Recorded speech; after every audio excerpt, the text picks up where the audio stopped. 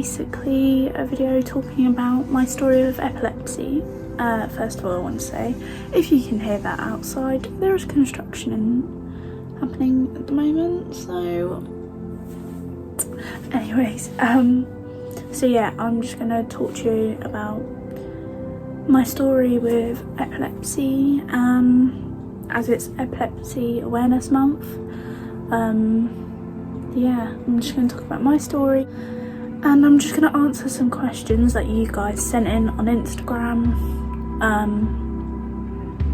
because there is a general misconception with epilepsy and not a lot of people know about it, and more people need to know about it, because me personally, before I got diagnosed, I did not know much about it. I knew of it, but you could have asked me a question about it and I wouldn't have had a clue, and now I know a lot, obviously, from having it. So without further ado, let's just get right into it.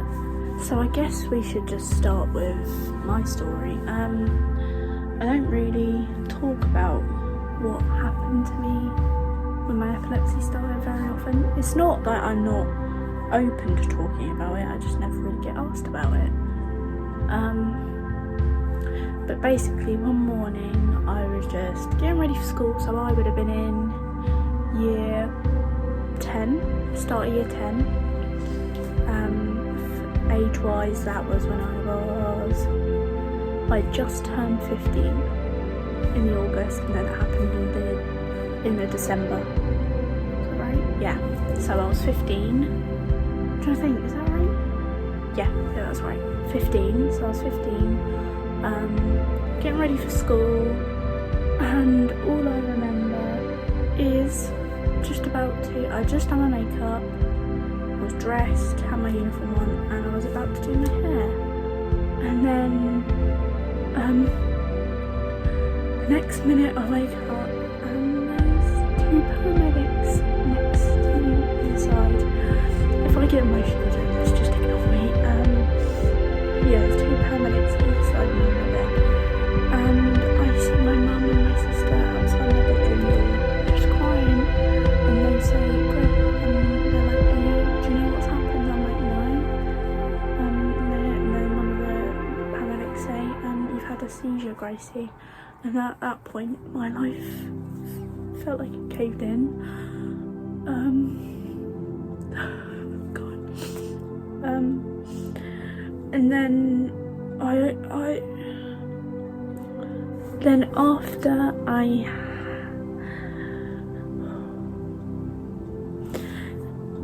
when I finally was able to get up, they took me to the hospital, so I went in an ambulance. And can I say, an ambulance isn't nice.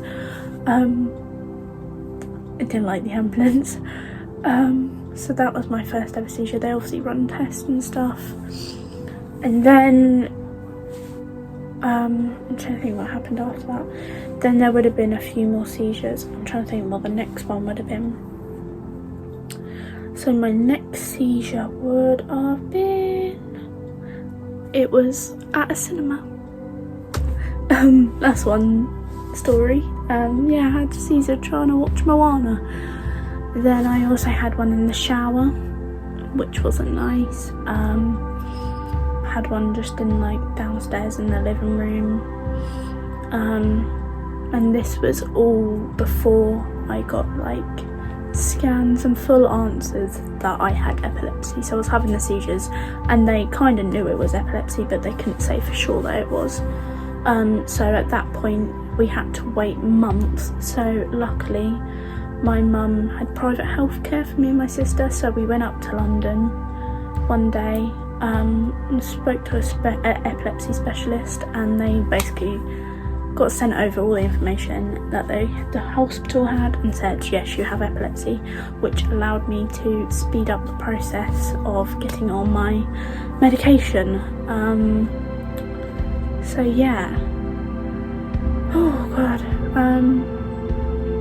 Then it was a bit trial and go. I had more seizures, and then they just upped the medication. If you're wondering what medication I'm on Keppra. I can't remember the proper name of it, so I'll put it here because it's a long name and I can't say it. But yeah, I have to have that twice a day.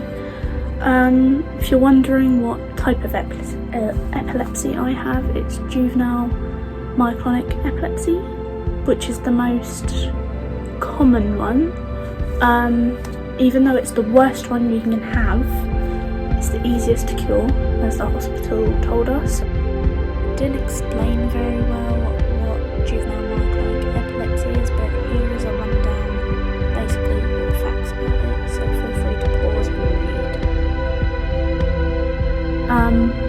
So I thought, even though it's not good and you don't want to have epilepsy, I had a good chance of,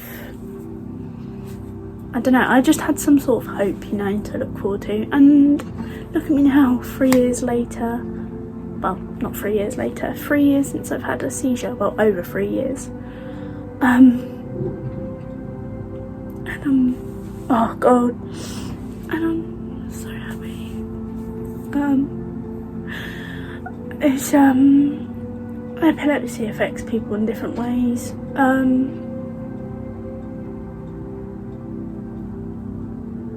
It's not easy because you don't know, because where it's not talked about enough, there's not many people to look to speak about it. So if you're seeing this right now, I hope that I can be someone you can look to and just listen to, because it's nice to just talk about how you feel about these things. Okay, so now I'm going to answer some questions from you guys on Instagram that you're all curious to know. This bit of hair's really annoying me. Anyway, right. First question is, what's the best way to help someone who's had a seizure? Well, so if you've had a seizure, majority of the time you're pretty much knocked out in a way. Very tired, because it takes like everything out of you. Well, for me personally anyway, and majority of people I think it's the same. But when someone's had a seizure, you need to turn them on their side. They call it like the recovery position. I don't know why, but it is. So yeah, just turn them on their side, but make sure not to touch them whilst having a seizure, because that's dangerous. So the best thing is put them in the recovery position, and if you really aren't sure, just call an ambulance. That will be the easiest thing. Yeah. Right, next question. At 18 now, do you still feel scared, or have you learned to conquer it? I guess there's always the worry in the back of my head, but at the same time I think from the beginning I've been very I don't know what the word I'm looking for.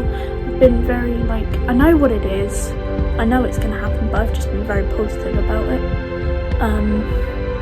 Out of everyone, I've been the person who's just kind of got on with it, as bad as it sounds. Yes, it's a scary thought, but I just try not, but there's always an if.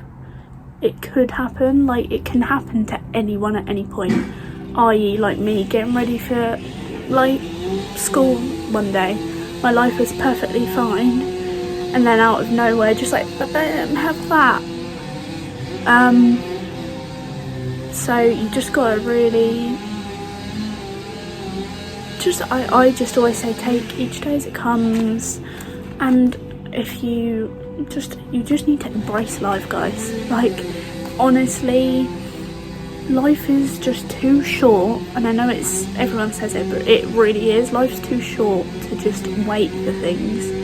If you want something, if you want to do something, just do it.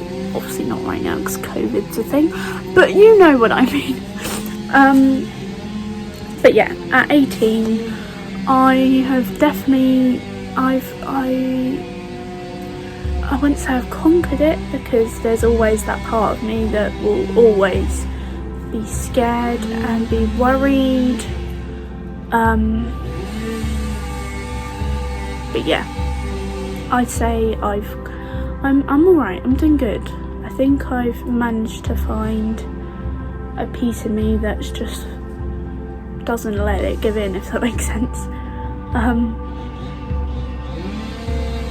Because I could have easily given up 4 years ago when it all kicked off, but I didn't, because there was so much in my life that I wanted to do and still want to do, so I was not gonna let one little slip up, one thing that came from nowhere, ruin my life, and that's the truth of it. So do not let it ruin your life.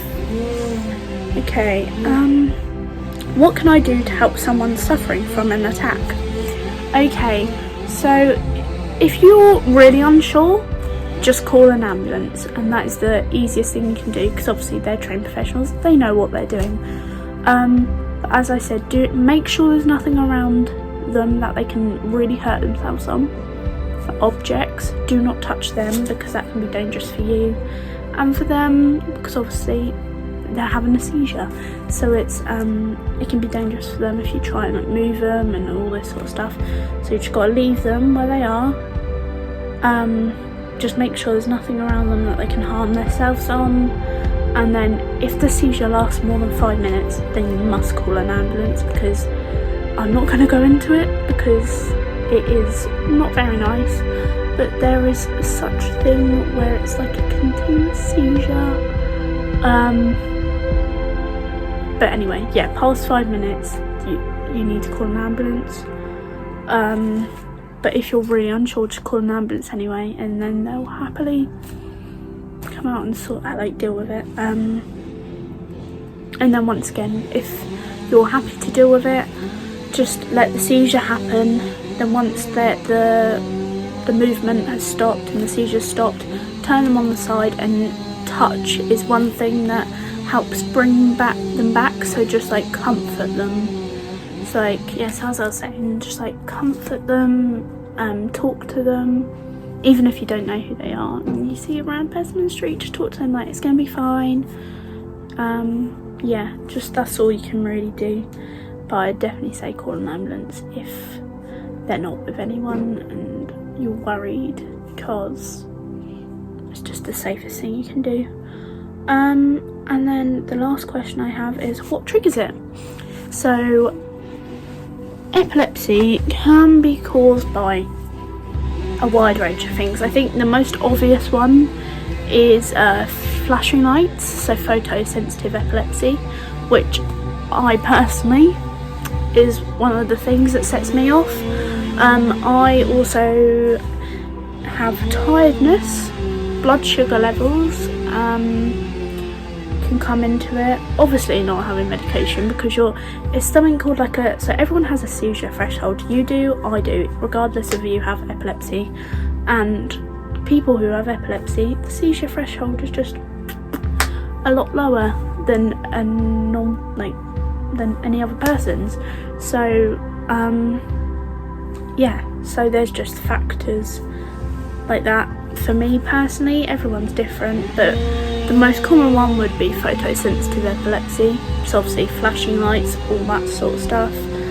And then for me, as I said, it's like blood sugar levels. So if I haven't eaten or drank anything, so I always have to make sure I have breakfast and all this sort of stuff in the mornings, and I need to have at least 8 hours sleep,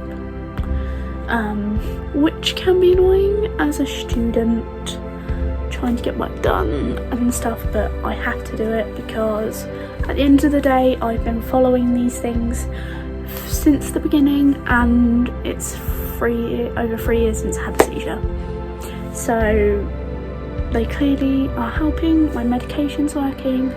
Also, one just little thing to add in, I can't drink on the medication I'm on, ever. But you know what?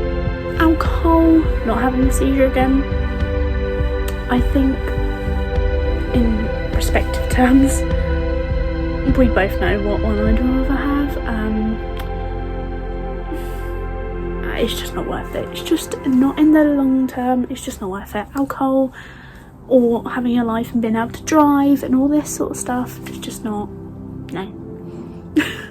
Anyways, I hope you have all enjoyed this video. Thank you for all the support recently and for all the support all the time. You guys are absolutely... I don't even know what I'm talking about anymore. You guys are my world. Yeah, thank you for changing my life. Thank you for bringing my spirits up higher. This girl's dreams come true. This noise outside is bugging me, so I'm going to leave you. I hope you've enjoyed this video. I love you all so goddamn much, and I'll see you in the next video. Bye.